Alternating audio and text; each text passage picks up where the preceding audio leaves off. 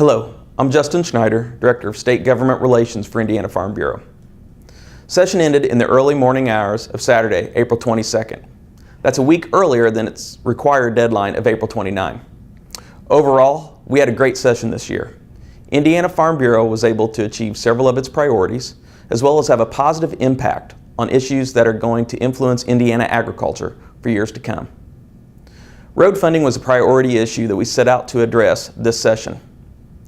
House Enrolled Act 1002 was a good compromise on how to move forward for a long-term sustainable road funding plan for Indiana. Over the next 7 years, an average of $300 million new dollars will be provided to local government for local roads and bridges. Over that same time period, over $6 billion of new money will be directed to state and local roads.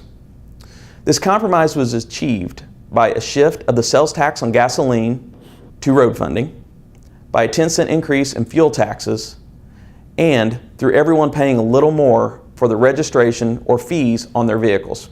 The other priority bill that was addressed at the end of session was the budget bill, House Enrolled Act 1001. Indiana Farm Bureau set out to achieve equitable funding for K-12 education in this year's budget.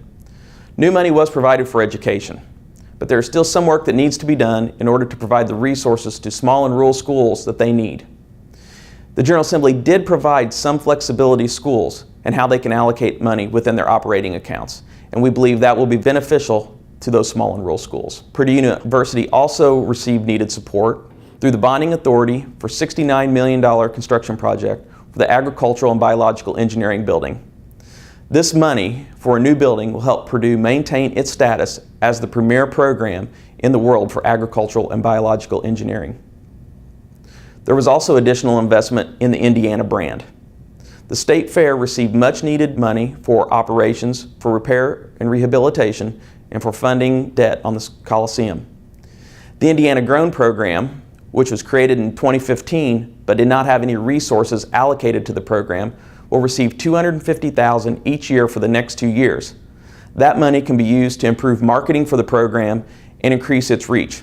The Indiana Grown program has the opportunity to grow into something special to help Indiana farmers market their farm products directly to the consumers. Natural Resources also fared well in the budget. We were able to maintain $200,000 a year for DNR to maintain a well network in which DNR has partnered with farmers and water utilities in order to monitor water levels in our aquifers. In addition, the Kankakee River Basin Commission received $600,000 that they can use in order to fund maintenance and repair on the river. We did have food deserts as a priority issue to be addressed in the budget. Unfortunately, while language passed both houses to address those issues, there was no final resolution of the issue, no framework in place, and no money was provided in order to tackle the issue of food deserts.